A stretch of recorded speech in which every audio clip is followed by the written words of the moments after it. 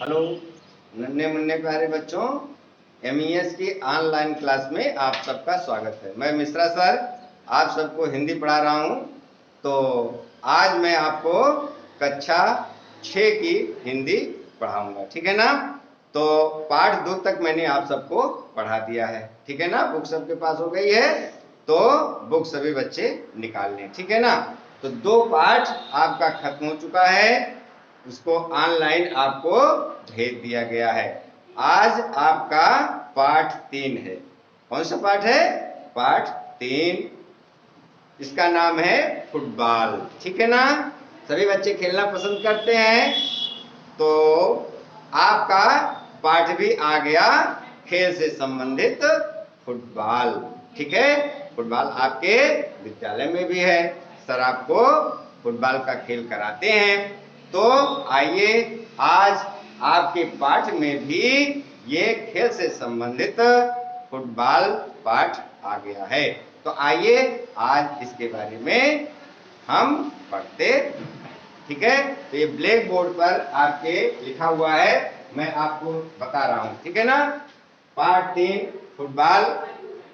पाठ परिचय पहले आपको बताया जाएगा, फिर क्या आप जानते हैं शब्द कलश वर्तनी के बारे में, पाठ वाचन एवं बोध कराना। लास्ट में मैं आपको पाठ का वाचन कराऊंगा यानी पढ़ाऊंगा, और उसमें जो कठिन शब्द होंगे उसको मैं समझाऊंगा, ठीक है ना। तो सबसे पहले आप आइए पाठ परिचय पर। फुटबॉल सब लोग देखे हो, आपको ज्यादा बताना नहीं है। फुटबॉल अंग्रेजी शब्द है। फुट मीन्स पैर और बॉल मीन्स गेंद, यानी जो गेंद आप पैर से खेलते हो वह फुटबॉल है, ठीक है ना। तो आइए इसमें आपके पाठ परिचय में जो लिखा गया है मैं उसको पढ़ करके आपको बता रहा हूं, ध्यान से बुक में देखिए। आधुनिक फुटबॉल का विकास 11वीं शताब्दी में इंग्लैंड में हुआ।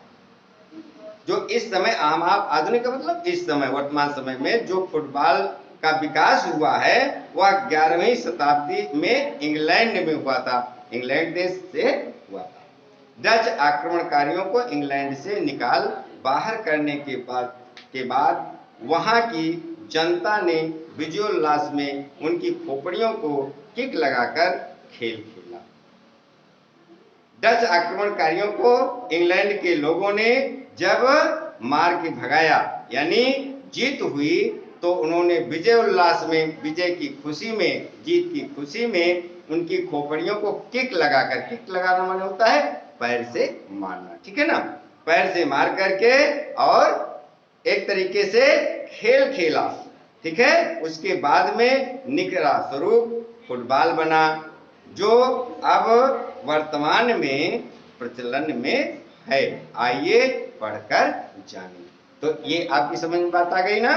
अब अगला है क्या आप जानते हैं, क्या आप जानते हैं। तो इसमें है 2 दलों या टीमों के बीच में निष्पक्ष निर्णय देने वाला व्यक्ति निर्णायक या रेफरी कहलाता है। रेफरी अंग्रेजी शब्द है, उसका हिंदी में अर्थ होता है निर्णायक, यानी निर्णय करने वाला, मतलब कौन विजयी हुआ और कौन जो है खेल में हार गया, ठीक है ना। तो जो निर्णय करता है उसको हम रेफरी कहते हैं। जैसा आप सब जानते हैं ना, किसी भी खेल में 2 टीमें होती हैं, तो फुटबॉल में भी 2 टीम होती है और उसको हम टीम या दल कहते हैं, और जो हार जीत का निर्णय करता है उसको हम रेफरी या निर्णायक कहते हैं, ठीक। अगला है आपका शब्द कलश। देखिए इस पाठ में कुछ नए शब्द आए हैं, ठीक है ना, तो जिसका आपको अर्थ आना चाहिए। तो नए शब्द हैं, तो आइए उसको जान लिया जाए। आप पाठ के पीछे आप पेज खोलिए और यहाँ पर लिखा हुआ है शब्द कलश, ठीक है ना। निष्क्रिय एक शब्द आया है, निष्क्रिय। निष्क्रिय का मतलब है कोई काम न करने वाला, यानी जिसमें जो क्रिया करे ही ना, निष्क्रिय यानी जो काम ना करे, ऐसा कोई काम ना करने वाला, ठीक है। प्रत्युत्पन्न, प्रत्युत्पन्न का मतलब होता है किसी परिस्थिति के अनुसार उत्पन्न होने वाली। यानी जब कोई परिस्थितियां आती हैं तो जो उत्पन्न होती है बुद्धि, उसको प्रत्युत्पन्न मति बोलते हैं या बुद्धि कहते हैं। अगला है अपार। अपार का अर्थ होता है जिसकी कोई सीमा न हो। अपार का मतलब जिसकी कोई सीमा न हो, यानी बहुत अधिक। अगला शब्द है बाधाओं। बाधाओं माने होता है रुकावटें, ठीक है ना। जो रुकावटें आ जाएं उसी को हम बाधा कहते हैं। विजयोल्लास। विजयोल्लास दो शब्दों से मिलकर बना है। विजय धन उल्लास। विजय माने जीत और उल्लास माने खुशी होता। तो विजयोल्लास में होता है जीत की खुशी। समझ में आई बात की नहीं। अगला है फाउल। फाउल शब्द अंग्रेजी है, ठीक है। इसका मतलब होता है गलती करने पर विपक्षी टीम को अवसर प्रदान करना। अगर आपसे गलती हो जाती है तो उस पर आपके जो विपक्ष की टीम है, यानी जो दूसरी टीम है जो आपसे सामना कर रही है, वह उसे अवसर प्रदान करना होता है कि आप उसको अवसर देखिए। तो ये जो नए शब्द आए इस पाठ में उसका अर्थ है। आइए वर्तनी के बारे में जाने। इसी के नीचे आपको दिया गया है, कुछ शब्द दिए गए हैं और उसमें जो लिखने का तरीका है वो थोड़ा अलग अलग करके है, लेकिन ये दोनों सही है, ठीक है ना। तो इसे समझ लेते हैं। इंग्लैंड लिखा गया है, छोटी ई अन की बिंदी आधा का लब आई की मात्रा अन की बिंदी डा, इंग्लैंड, ठीक है ना। और आगे अगला जो शब्द लिखा गया है वो भी इंग्लैंड ही है, लेकिन यहाँ पर जहाँ पर ला में आई की मात्रा है ऊपर बिंदी है, लेकिन यहाँ पर इस शब्द में आधा अणा है। तो आधा अणा के स्थान पर हम अन की बिंदी का भी प्रयोग करते हैं। तो पढ़ा वही जाएगा, ये लिखने का ढंग अलग अलग है, मानी इसको ऐसा भी लिख सकते हैं, गलत नहीं होगा। England, England. प्रसिद्ध। इस प्रसिद्ध में आप देखिए आधा धा जो है वो दा के नीचे लिखा गया है, लेकिन इस प्रसिद्ध में आधा दा लिख करके हलंत लगाया गया। जिस अक्षर में हलंत लगता है उसे हम आधा पढ़ते हैं। अगला है अंतरराष्ट्रीय, फिर है अंतरराष्ट्रीय। इन दोनों में ध्यान से देखिए तो अन है और अगले वाले में आगे आधा ना लगा हुआ है। तो कहीं कहीं अन के स्थान पर आधा ना भी मिलता है, लगाया जा सकता है, तो गलत नहीं होगा कि केवल हम ऐसा समझें कि इसमें ऐसा भी लिख सकते हैं। अगला है नियंत्रण। नियंत्रण, इसमें अन की बिंदी के स्थान पर आधा ना लिखा गया है, दोनों सही है, तो हम ऐसा भी लिख सकते हैं। द्वेष, द्वेष, इसमें दा में नीचे आधा हुआ लगा है, एक ही मात्रा शा, और आगे अगले वाले शब्द में ये भी द्वेष है, लेकिन इसमें आधा दा है और नीचे हलंत लग गया। इसका मतलब हुआ कि ये भी आधा दा है, ऐसे भी हम लिख सकते हैं। द्वेष ये भी पढ़ा जाएगा और द्वेष ये भी पढ़ा जाएगा, इसको ऐसे भी लिख सकते हैं, ठीक है ना। तो इस तरीके से हम इसको ऐसा भी लिख सकते हैं, ठीक है ना। तो ये लिखने का तरीका है, दोनों सही है, और उसको शॉर्ट करके हम इस तरीके से लिख सकते हैं। तो ये हुआ वर्तनी। आइए अब आपका हम पाठ पढ़ते हैं और आपको समझाते हैं। पेज खोलिए आप, पाठ 3। छात्र जीवन के क्षण बड़े मूल्यवान होते। छात्र जीवन यानी विद्यार्थी का जो जीवन होता है उसके जो क्षण होते हैं, समय बहुत मूल्यवान होते हैं, माने बहुत कीमती होते हैं। छात्रों की अवस्था पठन पाठन के लिए होती है। छात्रों यानी विद्यार्थियों की जो अवस्था होती है, जो समय होता है, पठन पाठन के लिए होता है। परंतु विद्याध्ययन के साथ साथ स्वास्थ्य का भी महत्व होता है। विद्याध्ययन जरूरी है, ज्ञान प्राप्त करना जरूरी है, लेकिन उसके साथ साथ स्वास्थ्य का भी महत्व होता है। यानी कहा गया है कि स्वस्थ मस्तिष्क जो है वह स्वस्थ शरीर में ही निवास करता है। जब हमारी शरीर स्वस्थ रहेगी तभी हम अच्छे से ज्ञान प्राप्त कर सकते हैं। यह सर्वाधिक महत्वपूर्ण है। सर्वाधिक माने सबसे अधिक महत्वपूर्ण है। शरीर को उपयोगी बनाए रखने के लिए खेल बहुत ही उपयोगी है। शरीर को उपयोगी बनाए रखने के लिए खेल बहुत ही उपयोगी है। इसका मतलब क्या हुआ कि खेल हमारी एक्सरसाइज करते हैं, हमारे शरीर को फुर्त बनाते हैं, तो खेल भी जरूरी है। इससे शरीर पुष्ट तथा सुंदर बनता है। यानी खेल से हमारी शरीर पुष्ट होती है, मजबूत होती है और सुंदर बनती है। मनुष्य के सारे ही कार्य शरीर के स्वास्थ्य पर निर्भर है। मनुष्य के सारे ही कार्य यानी मनुष्य जो भी कार्य करता है उसका शरीर के स्वास्थ्य पर ही निर्भरता होती है। यानी उसके शरीर का स्वास्थ्य जैसा रहेगा उसके सारे कार्य ही उस पर निर्भर करते हैं। रोगी या निर्बल व्यक्ति सुस्त, कायर तथा निष्क्रिय हो जाते हैं। ऐसा व्यक्ति जो रोगी होता है यानी किसी प्रकार से के रोग से ग्रस्त होता है, निर्बल यानी बलहीन होता है, कमजोर होता है, उसमें सुस्ती आती है, कायर तथा निष्क्रिय हो जाते हैं यानी उसको किसी भी काम में उसका मन नहीं लगता और वह निष्क्रिय हो जाता है यानी वह कोई काम नहीं कर सकता। शरीर को स्वस्थ बनाए रखने के लिए खेल खेलना, व्यायाम करना नितांत आवश्यक है। लेखक कह रहा है कि खेल खेलना, व्यायाम करना नितांत आवश्यक है। अगर शरीर को स्वस्थ रखना है तो हमें कुछ न कुछ खेल अवश्य खेलना है और व्यायाम भी करना। व्यायाम मीन्स कोई न कोई कसरत। ठीक, अगला पैराग्राफ है आपका, फुटबॉल हमारे देश के लोकप्रिय खेलों में से एक है।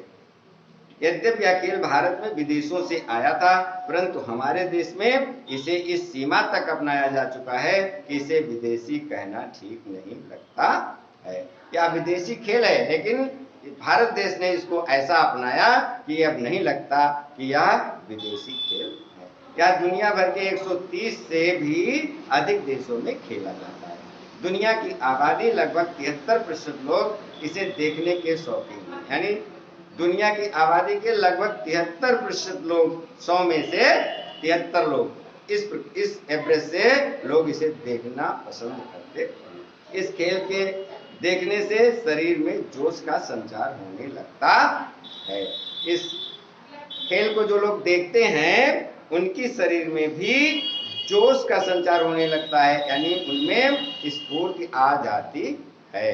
या गेंद उछलता है ना, किक मारने पर उछलता है, तो जब उछलता है तो उस समय जो है जो देखने वाले लोग हैं उनमें भी उमंग आ जाता।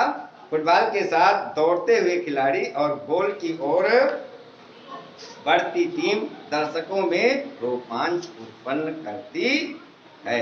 हमारे देश में बंगाल में फुटबॉल उतना ही लोकप्रिय है जितना इंग्लैंड में क्रिकेट। यानी जो हमारे देश का देश में बंगाल है, हमारे देश में बंगाल में यानी जो पश्चिम बंगाल है उतना ही लोकप्रिय है जितनी इंग्लैंड में क्रिकेट। जितना इंग्लैंड में क्रिकेट जो है लोकप्रिय है उतना ही ये भी लोकप्रिय है। अगला है, बंगाल की मोहन बागान और ईस्ट इंडिया फुटबॉल की प्रसिद्ध टीमें हैं। ये दो टीमें हैं, कौन कौन? मोहन बागान और ईस्ट बंगाल। फुटबॉल के खिलाड़ी में साहस, विश्वास, फुर्ती व गति के साथ संतुलन और प्रत्युत्पन्न बुद्धि अपार होती है। अब इसमें बता रहे हैं कि फुटबॉल के खिलाड़ी में क्या क्या चीजें होती हैं। फुटबॉल के खिलाड़ी में साहस, उनमें हिम्मत बनती है, विश्वास जगता है, फुर्ती व गति के साथ संतुलन और प्रत्युत्पन्न बुद्धि अपार होती है। अपार माने बहुत अधिक मात्रा में ये चीजें होती हैं। यानी परिस्थिति के अनुसार हम कैसे बुद्धि को लगाएं और अपनी गति में कैसे संतुलन करें और फुर्ती उत्पन्न करें, विश्वास और साहस, ये चीजें फुटबॉल के खिलाड़ियों में होती हैं। उसमें देर तक परिश्रम करने की रुचि व क्षमता होती है और वो बिना थकान व तनाव के जीवन के समस्त कार्य अच्छे ढंग से कर सकता है। वह जीवन के अनेक कार्यों को बिना थके हुए, बिना तनाव के वह कर सकता है। ऐसा उसमें साहस आता है, उसमें क्षमता आती है। फुटबॉल से मैदान पर खेलते हुए हम जीवन में बाधाओं को चीरकर सफलता के मार्ग को चीरने का स्पष्ट मार्गदर्शन प्राप्त करते हैं। अब लेखक कहता है कि इस खेल से हमें क्या आता है, फुटबॉल से मैदान पर खेलते हुए हम जीवन में बाधाओं को चीरकर सफलता के मार्ग को चीरने का स्पष्ट मार्गदर्शन प्राप्त करते हैं। यानी फुटबॉल खेल से हमें अपने लक्ष्य को प्राप्त करने के लिए साहस मिलता है। अनेक खेलों की भांति फुटबॉल की कहानी भी विकास की गाथा है। जो अनेक खेल है ना, उसी की भांति फुटबॉल की कहानी भी विकास की एक गाथा है। आदिकाल में भारत में कंदुक क्रीड़ा का वर्णन आता है। आदिकाल बहुत समय पहले से, जब से सृष्टि शुरू हुई, आदिकाल में भारत में कंदुक क्रीड़ा का वर्णन आता है, यानी उसकी बात आती है। इसी प्रकार यूनान में हरपास्टम और चीन में तसचु आदि का स्वरूप फुटबॉल से मिलता है। परंतु आधुनिक फुटबॉल का विकास 11वीं शताब्दी में इंग्लैंड में हुआ। आधुनिक फुटबॉल का जो विकास है वो 11वीं शताब्दी में इंग्लैंड में हुआ था। किस देश में हुआ था? इंग्लैंड में। डच आक्रमणकारियों को इंग्लैंड से निकाल बाहर करने के बाद वहां की जनता ने विजयोल्लास में उनकी खोपड़ियों को किक लगाकर खेल खेला। उसका बाद में निखरा स्वरूप फुटबॉल बना। पाठ परिचय में मैंने आपको उसको समझाया है। फुटबॉल खेलने का मैदान 90 से 120 मीटर लंबा और 45 मीटर से 90 मीटर तक चौड़ा होता है। अंतरराष्ट्रीय मैचों के लिए लंबाई 100 मीटर से 110 मीटर तक तथा चौड़ाई 64 से 75 मीटर तक होती है। यह मैदान मध्य रेखा द्वारा दो भागों में बटा होता है। फुटबॉल के गोल आकार की परिधि में घेरा 24 से 28 इंच तक होती है। इसका भार 14 औंस से 76 औंस तक होता है। ये आपके मैदान की नाप है और ये फुटबॉल का वजन है और ये जो है उसकी परिधि आज इसमें दिया गया है। इसको ध्यान से पढ़ें और समझें। खेल प्रत्येक गोल रेखा के बीच में बनाए जाते हैं। यह दो सीधे खंभों को गाड़कर बनाया जाता है। इनके बीच का फासला 7.32 मीटर होता है। ये खंभे जमीन से 2.44 मीटर की ऊंचाई पर एक सीधी छड़ से जुड़े होते हैं। गोल के खंभे सफेद रंग के होते हैं। इस खेल में खिलाड़ियों के दो दल होते हैं। कितने दल होते हैं? दो दल, यानी दो टीमें, दो समूह। प्रत्येक दल में 11 खिलाड़ी रहते हैं। खेल का निरीक्षण करने के लिए रेफरी निर्णायक होता है, जिसका अर्थ मैंने आपको पहले बताया ही है, जो खेल को व्यवस्थित ढंग से खिलाता है। किसी भी खिलाड़ी द्वारा गलती किए जाने पर फाउल लिया जाता है। फाउल का अर्थ मैंने आपको समझा दिया है। रेफरी का काम बड़े महत्व का है। रेफरी का मतलब बताया निर्णायक, उसका काम बड़े महत्व का है। वो बड़े ध्यान से खिलाड़ियों को के खेल को देखता है और उसके अनुसार हार और जीत का निर्णय करता है। 11 खिलाड़ियों में एक गोल रक्षक, उसके 2 सहायक, फुल बैक, 3 उनके सहायक, हाफ बैक तथा 5 खिलाड़ी केंद्र सेंटर में खेलते हैं। रेफरी की आज्ञा लेकर खेल के दौरान 2 खिलाड़ी तक बदले जा सकते हैं। ये खेल का नियम इसमें बता रहे हैं। खेल 2 बार होता है। प्रत्येक पारी 45 मिनट की, यानी प्रत्येक पारी 45 मिनट खेल सकता है। बीच में 5 मिनट हेतु विश्राम मिलता है, जिसे मध्यावकाश कहते हैं। खेल शुरू होने से पहले दोनों टीमों के कप्तान टॉस सिक्का उछालकर साइड लेने और पहली किक यानी ठोकर मारने का निर्णय लेते हैं। इसके बाद दोनों टीमों के खिलाड़ी फुटबॉल को पैरों से लुढ़काते या किक मारते हुए एक दूसरे के गोल के भीतर फेंकने की कोशिश करते हैं, यानी प्रयास करते हैं। पहली बारी खेल खत्म हो जाने के बाद टीमें साइड यानी जिसको पाला बोलते हैं बदल देती हैं, यानी इस ओर से उस ओर चले जाते हैं। जिस टीम के खिलाड़ी दूसरे टीम से अधिक गोल करते हैं वही टीम विजयी होती है, यानी जो टीम अधिक गोल करती है वही टीम विजयी होती प्रत्येक खेल के कुछ नियम होते हैं, उन नियमों के भंग होने पर फाउल किया जाता है। इस खेल में गेंद को दूसरी तरफ ले जाने के लिए केवल पैरों का ही प्रयोग किया जाता है। गेंद का हाथ से मारना या छूना वर्जित है, यानी इसको हम हाथ से नहीं छू सकते हैं, क्योंकि फुटबॉल है ना, तो हम इसे पैर से ही खेल सकते हैं। मैदान से बाहर गेंद नहीं जानी चाहिए, ये भी ध्यान होना चाहिए। गोल की निर्धारित ऊंचाई के ऊपर से गेंद के चले जाने पर गोल नहीं माना जाता, यानी उसकी ऊंचाई भी निश्चित है, उस ऊंचाई से ऊपर गेंद नहीं जानी चाहिए। अन्य खेलों की अपेक्षा इसके नियम जटिल नहीं हैं। तो आइए अगला पैराग्राफ देखते हैं। राष्ट्रीय स्तर पर फुटबॉल के अनेक मुकाबले होते रहते हैं, जिनमें Santosh trophy, Durand cup, Rovers cup, Subroto cup आदि प्रमुख हैं। तो ये खेलों के नाम है। आइए, अंतरराज्यीय फुटबॉल मुकाबले राष्ट्रीय कप, संतोष ट्रॉफी के लिए प्रतिवर्ष होते हैं। अंतरराज्यीय फुटबॉल मुकाबले राष्ट्रीय कप, संतोष ट्रॉफी के लिए प्रतिवर्ष होते हैं, यानी हर वर्ष होते हैं।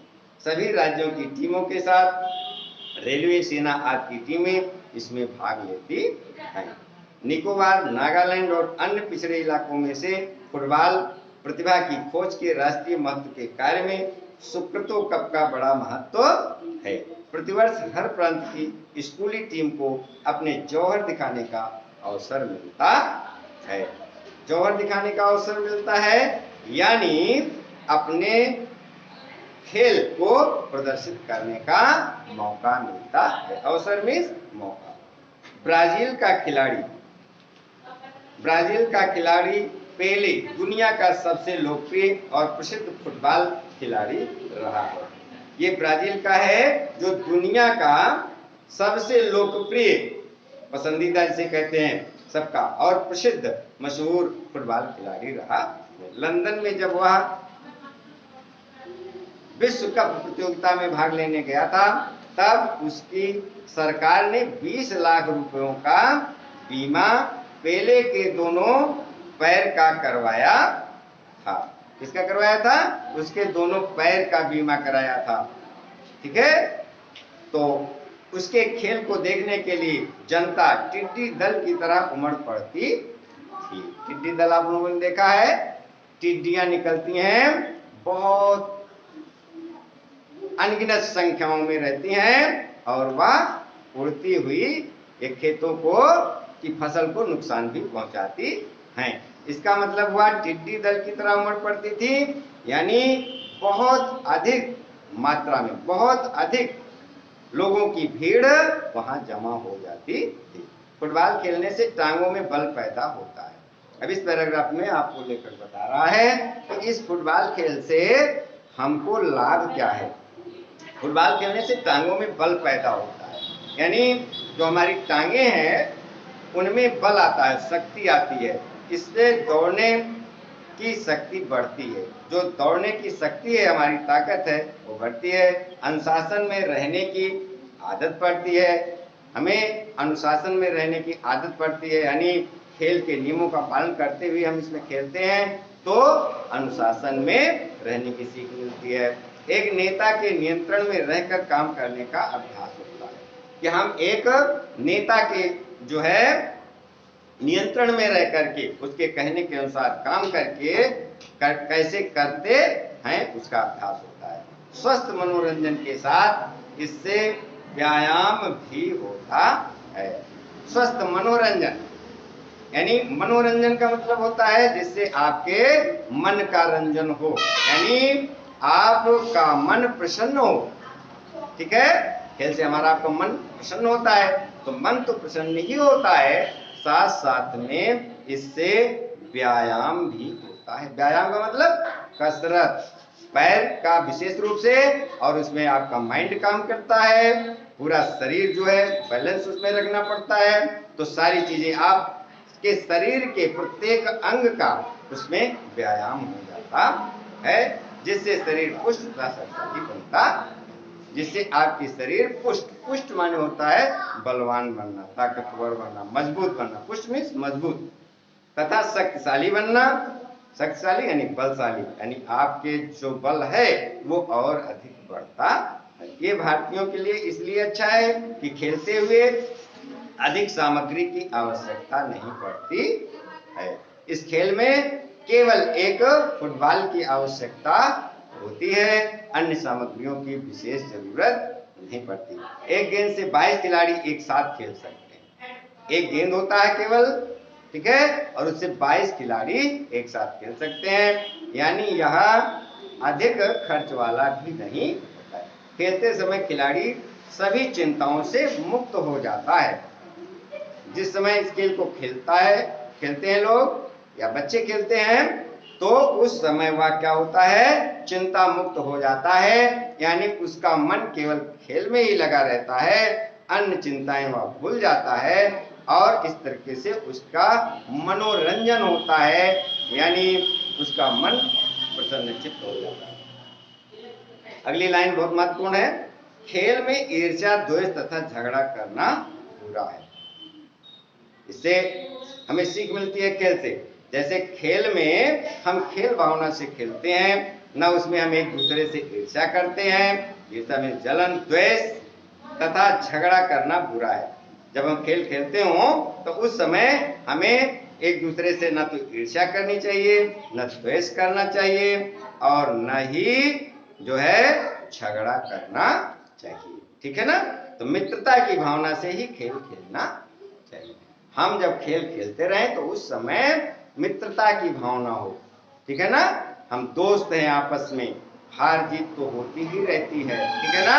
तो खेल की भावना से जैसे बच्चे खेलते हैं, तो उस तरीके से खेल में हमें न ईर्ष्या करनी चाहिए, न द्वेष करना चाहिए, और न झगड़ा ही करना चाहिए। इसको जीवन में भी उतारना चाहिए। बच्चों, इस पाठ से हमें शिक्षा मिलती है कि हमें फुटबॉल के खेल की भांति हमें जीवन में संघर्ष करना सीखना चाहिए, ठीक है ना। व्यायाम करना सीखना चाहिए, जिससे हमारे शरीर पुष्ट रहे, मनोरंजन होता रहे, और साथ साथ जीवन में भी, इस जीवन रूपी खेल में भी हमें जो है एक दूसरे से ना ईर्ष्या करनी है, न द्वेष करना है, और न लड़ाई झगड़ा करना है। सब के साथ प्रेम से रहना है। प्रेम से जैसे हम खेल खेलते हैं उस समय न ईर्ष्या रखते हैं, न द्वेष रखते हैं, न झगड़ा करते हैं, ठीक है, प्रसन्न रहते हैं। उसी प्रकार से जीवन में भी हमें एक दूसरे से न तो ईर्ष्या करनी चाहिए, न द्वेष करना चाहिए, और न झगड़ा लड़ाई ही करना चाहिए। जीवन में प्रेम से रहना चाहिए। धन्यवाद। अब आप सबको अभ्यास कार्य जो है इसका ऑडियो बनाकर, ठीक है, ये आपको दिया जाएगा और इसकी फोटो आपको भेजी जाएगी, ठीक है ना। तो ये अभ्यास कार्य आप कर लेंगे, इस पाठ को पढ़ेंगे, जहां नहीं समझ में आएगा वह आप जो है विशेष कर देंगे। Thank you.